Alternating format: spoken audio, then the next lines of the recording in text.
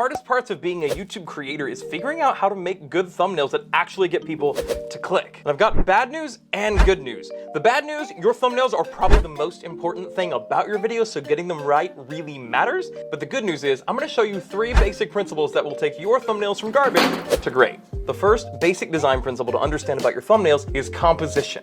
And this specifically speaks to the elements in your thumbnail. I actually recommend planning your thumbnail out before you shoot the video. See, people won't click on a title they like unless the thumbnail draws them to read the title in the first place. When you scroll through your feed, what you're seeing quickly with your eye isn't all the titles. What you're seeing is the thumbnails. And if you like the thumbnail, you might read the title and go, oh, I want to watch that. But the thumbnail has to be on point first. And one of the most important parts of that is the composition of the elements inside it. And it seems like the thumbnails that do the best on YouTube contain really only 2 to 3 elements. The first of those is almost always going to be a face. Your face preferably, unless you're doing some leaning on someone else's authority or you're talking about a well-known person. And when you put your faces in, make sure you put it somewhere it's not going to be covered by other YouTube elements. So put your face on the right side of the screen. The second element included in the best thumbnails is the subject of the video. So maybe you're making a video about oranges and you're going to put an orange right here in the thumbnail. That's totally an orange. Apple, peach, I don't know, it's a fruit. Remember, you want to give clues to your audience about what the video covers, and if they don't read the title because the thumbnail doesn't grab them, they're not going to know what it's about, so you want to show them with the thumbnail what the video is actually about. And the third most common element, not always necessary, but helpful very often, is text. And guys, the text should be brief. Let's talk about that. When you have limited space on your thumbnail, you don't want people to get overwhelmed with all the things happening. We've all seen those busy thumbnails. There's just too much going on. You want to make it, again, clear what it's about and engaging to the eye. So let's put some text in here. You're talking about how to get free oranges, right? So I'm gonna write free, okay? And maybe a little arrow pointing to the thing. There's a thumbnail. It's basic, but it's clear. This is a person excited, because you have excited face, we're gonna talk about that in a minute, about getting a free orange. There are other things you can do with thumbnails, and sometimes you should. Experimenting's fine, especially when you're a smaller channel. It's the time to experiment, but that's only the first principle of thumbnail design. The next one is contrast.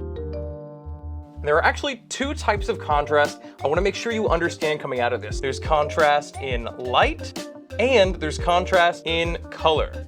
Contrast in light is pretty simple. Having light things in front of darker things or darker things in front of lighter things makes them clearer, makes them pop off the page more. I want you to combine this though with contrast in color. Now, if you didn't go to art school or you don't remember your art classes, this is a color wheel. And even the most basic color wheel usually has at least 6 colors on it, the primary and secondary color. Every primary color has a complementary color, that's the one that contrasts with it the most, in the secondary family, and every secondary the reverse in the primary. So if I pick blue and orange, they pop really well off of each other. But if I pick blue and purple, it doesn't contrast as much because blue is in purple in the first place. Whereas with orange, there is no blue in orange, it's just red and yellow. Whether you're working on your background to contrast from your subject or your face, or if you're working on text to pop off from that background, color and light contrast help make your thumbnail stand out better. And yeah, there's a lot more depth to this, guys. I'm gonna have a course coming out pretty soon where I'm gonna go really in depth on all of these topics. So make sure you're subscribed and have the bell on so you don't miss it when it comes out. But there's also another really important principle here. The other really important principle, and possibly the most important, is emotion. Seriously, guys, if you understand this, people will click more. Remember we talked about just scrolling through the feed and not even reading the titles of the videos, just reacting on what we quickly see?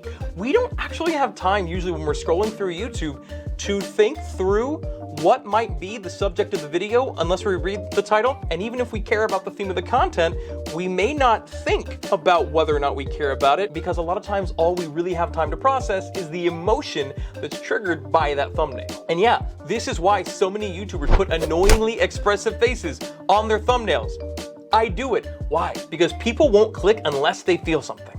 That doesn't mean it actually has to be goofy or ridiculous, but it is helpful for you to think about the emotion you want people to walk away with from your thumbnail and put that into your face reacting to the subject and or the text of your thumbnail. Look at this thumbnail from a Mr. Beast video that just came out. He looks a certain way.